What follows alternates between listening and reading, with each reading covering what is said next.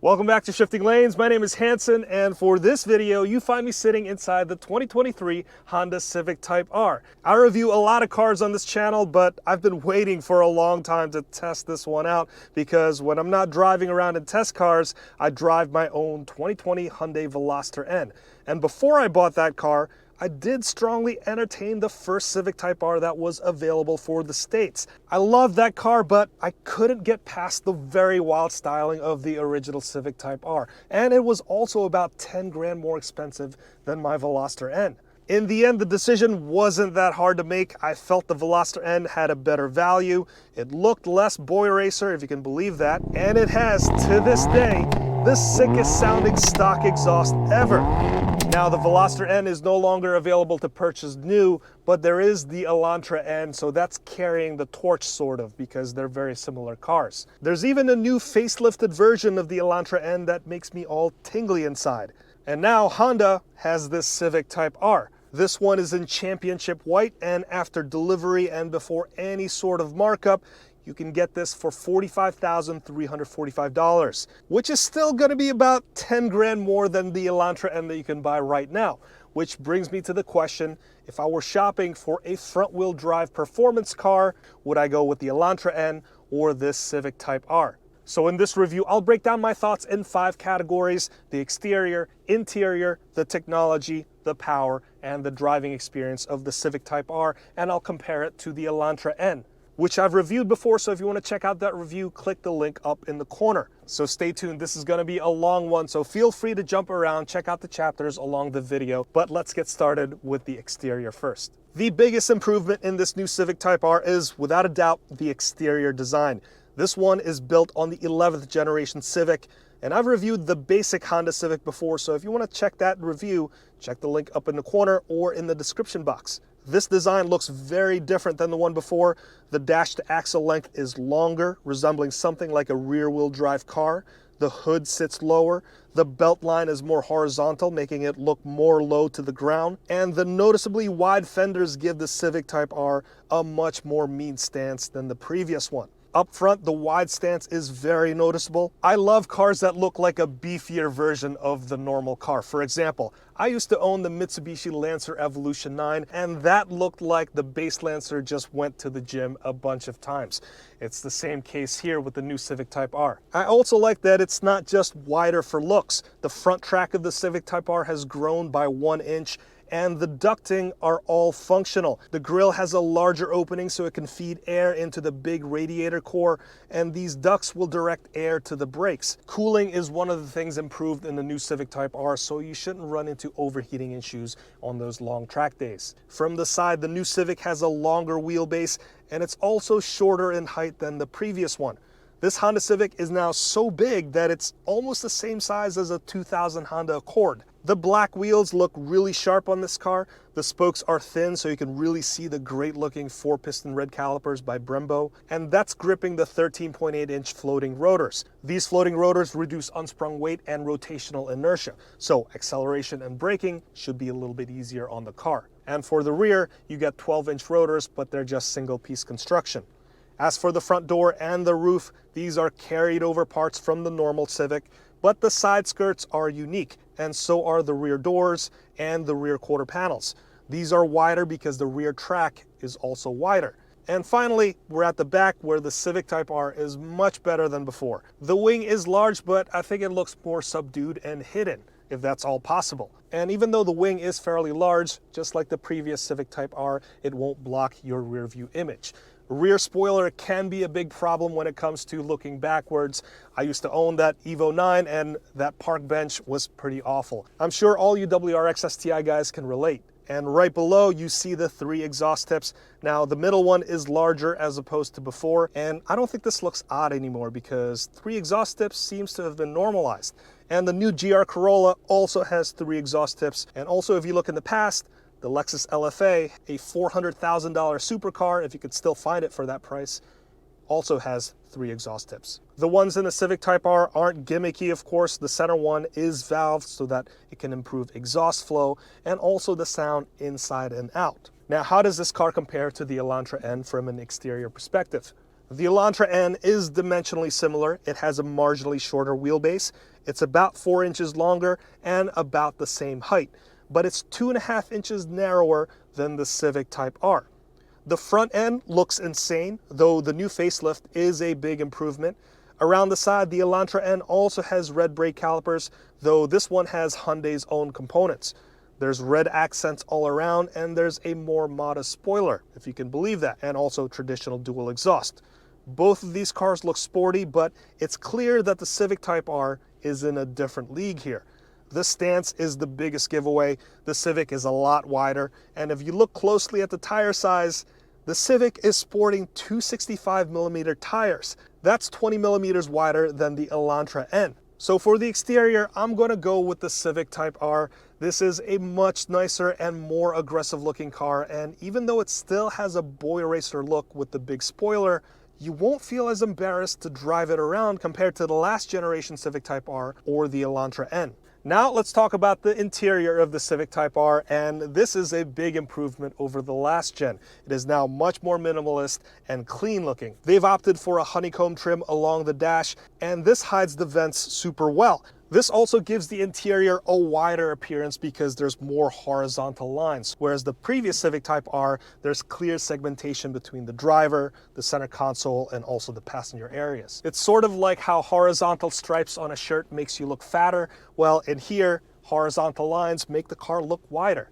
I also like that there's a special serialized plate here, and this one is number 271. The infotainment screen is a big upgrade, and I'll talk more about this in the tech section, but this one comes with the 9-inch screen, and it comes with physical buttons on the side. Love that. And looking ahead, there's a 10.2-inch digital instrument display with an F1 style rev indicator. Again, more on that in the tech section. When it comes to the steering wheel, the pedals, and the manual transmission, Honda nailed these things down real well. The steering wheel has a really great 9-3 position. There's physical buttons and dials. The pedals are spaced nicely, though a floor-mounted gas pedal would have been better in my opinion. And then the 6-speed manual transmission feels great, and this really reflects how good this manual transmission is. More on that in the driving experience section. As for the seats and the rest of the interior, it's very red in here. This is the most red an interior could ever read. And there's no opting out of that either, as this is the only interior finish for the Civic Type R. So I really hope that you like red. Black carpeting would have been a little better in my opinion, but it wouldn't make as dramatic of a statement. As for the seats, they're very supportive. They sit a little bit lower than the base Civic, and I think it strikes a good balance between good for weekend driving and for daily driving as well. There's a fairly sizable thigh support and bolsters to lock you in, but it's not ridiculously big where it's really tough to get in and out of. It's also all manually controlled, which I don't mind considering the racy nature of this car. In general, I'm in love with the interior of the new Civic Type R. Now, when it comes to the Elantra N, that one has a more driver-focused interior. Almost all of the controls are oriented towards the driver. There's even a grab bar that closes off the passenger area to itself. The infotainment screen is slightly bigger, and the steering wheel also feels great with dedicated sport mode, N mode, and flashy rev match buttons. The seats also feel great with nice bolsters to lock you in, but there's not as much thigh support as found in the Civic Type R. Now, material-wise, the Civic Type R looks and feels just slightly more premium than the Hyundai Elantra N. I think the interior is going to come down to personal preference. Now let's talk about the technology. This new Civic Type R comes with a bigger 9-inch touchscreen, and it also has the new Honda infotainment system. The software is now much better than what you find in the previous gen. It's a lot less laggy, and the layout just works better. And I also like how they kept the physical buttons. This unit also comes with wireless Apple CarPlay and wireless Android Auto, and I also like this Honda Log R system. This is a data logging system which can track lap times. There's an auto scoring method, and you could also connect this to your phone so you can see all the information on your phone instead of just the screen. And this is really helpful if you like autocrossing or going to track days, because then as you wait for your next run, you could review how you do in your previous runs. I actually like to do that a lot because I used to film my runs when I was autocrossing, and when I was waiting for my next run, I would always review my footage to see which turns I could execute things better. And in this case, all of that data is right here. minus the footage, of course. But if you like to overanalyze all the little details of your steering input, throttle input, all those different things, this would be a good system to have. As for the instrument cluster, the display is all digital, and of course there will be different cluster presentations depending on what mode you're in. If you go into R mode, you get a sweeping tack design, and this is sort of reminiscent of the old Honda S2000 in my opinion, and the rev indicator also looks great. And safety-wise, this has all of the same features as the previous Civic Type R, but they've added blind spot monitoring and rear cross traffic alert. Now, as for the Elantra N, the infotainment system is a little bit more user-friendly in my opinion, and I think the display is just a little bit cleaner. The big downside with the Elantra N is that there's no wireless Apple CarPlay or wireless Android Auto. You still have to wire it in. As for the instrument cluster, the Hyundai likes to go a little bit over the top with the animations, but going into N mode, all of the critical metrics are there. And as for safety in the Hyundai, it's also packed with similar features as found in the Civic Type R. So technology-wise, I think it's going to come down to personal preference. But if you absolutely have to have wireless Apple CarPlay and wireless Android Auto, then you have to go with the Civic Type R. Personally, I would go with the Civic Type R because it has that, and also it has this data logging system, which is super helpful, again, on those track days or autocross days. Now let's talk about the more fun stuff, the power. This Civic Type R has a 2-liter turbo engine, and it's slightly more powerful than the previous generation. It's now making 315 horsepower and 310 pound-feet of torque. Is it noticeable? Not really. This is starting to feel like an iPhone increment where, yes, the new model is going to be slightly better than the one before it. It's really when you just step back and take a look at the evolution of the product itself that you really realize that this is the most potent Civic Type R ever made. The Elantra N also has a 2-liter turbo engine, but that's making 276 horsepower and 289 pound-feet of torque. And since both of these cars have the same curb weight, the Type R has slightly better power-to-weight ratio, which means that the Civic Type R should have a slightly faster 0 to 60 time compared to the Elantra N. And yes, that's true if we compare this Civic Type R to the Elantra N with a 6-speed manual transmission. So from a power perspective, it's kind of a close tie. But the Elantra N has another trick up its sleeve, and that's the automatic 8-speed dual clutch transmission. And perhaps here's where we should talk about the driving experience. I've driven that dual clutch in several different Hyundais, in the Elantra N, the Veloster N, the Santa Cruz, and also the insane Kona N. With that DCT, you get lightning fast shifts, you get an overboost function that they call the NGS or N-grin shift, and most importantly, you get a robot that never gets tired of shifting, and you get pro driver level of shifts every single time. And that dual clutch makes a big difference in the 0 to 60 times, and if all you care about is setting fast 0 to 60 times, then the Elantra N with the dual clutch is the clear winner. Is it as engaging as a manual transmission? Definitely not. And that's where the Civic Type R excels compared to the Elantra N, this 6-speed manual transmission.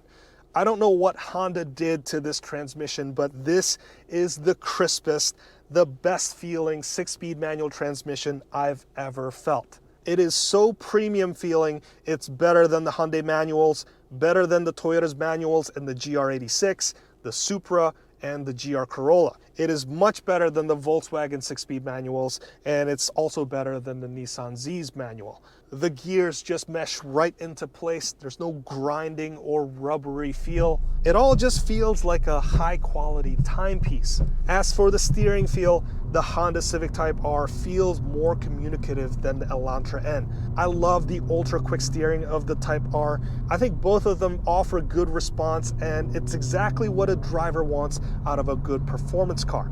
But it feels like the Civic Type R just gets you a bit more refinement and feel. It also helps that the amount of torque steer in the Civic Type R is minimized, and that has a lot to do with the geometry of the front suspension. So this car feels more grown up, more precise, whereas the Elantra N feels a little more batty, Both of these cars have electric power steering systems, and you could also vary the amount of assistance depending on the driving mode. And this really just shows you how far these EPS systems have gone from when they were initially introduced. When it comes to the ride quality, both of these cars have adaptive suspensions. You can increase the damping characteristics for a more flat and stable experience, or you could soften it up for everyday driving situations.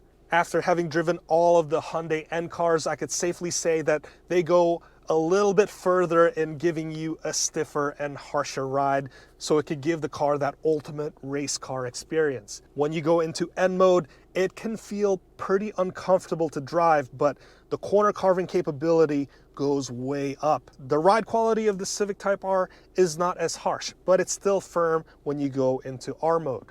Both of these cars have minimal body roll when the suspension is in the stiffest setting, and both of these cars have limited slip differentials. Simply put, that's going to allow you to carry more speed through the corners because the system can send more torque to the wheel that has more grip. So when it comes to the driving experience, it's going to come down to personal preference again. Do you want something that's more buttoned down, more grown up? Then you need to get the Civic Type R. Do you want something that's a little bit more rambunctious, more noisy, literally, because the exhaust is just insane in that car? And if you're looking for something more unrefined, a little bit insane and maybe youthful, then the Elantra N is the one to go with. It feels like the Civic Type R is like that grown-up in the room. You know, they've gone through some stuff, they've learned from their mistakes in the past, and they know what to do. They can get the job done super well, and that's why it's also a lot more expensive. Whereas the Elantra N, it feels like the newcomer. They've got a chip on their shoulder, they've got something to prove, and therefore they're willing to take all of these risks to just be a little bit more crazy. And I think that really summarizes the feel of both of these cars. The Civic Type R is more about the driving business. It feels like a car that has grown up. It has learned from its past, and it has also fine-tuned its driving muscles to give you the best front-wheel drive experience. And that's what this Civic Type R is. It is the best front-wheel drive car experience you'll ever have. And for some reason, I think you knew that coming into this video. The Elantra N is like 90% of this Civic Type R. It's not as refined. You could feel it when you're driving. It takes more risks in the design, as witnessed by the ultra stiff damping in N mode, and also that crazy exhaust note. But in many ways, those risks, those flaws are what makes the Elantra N more charming and more memorable. Maybe it's just me growing older and my tastes becoming more refined, or just changing in general, that I prefer this Civic Type R over the Elantra N. This car resonates with me more. I really like the sharp handling characteristics and the really refined manual transmission and the updated looks. The $10,000 price differential is a tough pill to swallow, but that's what happens when you go higher and higher in that performance per dollar curve. It takes a lot more money to get just a little bit more performance.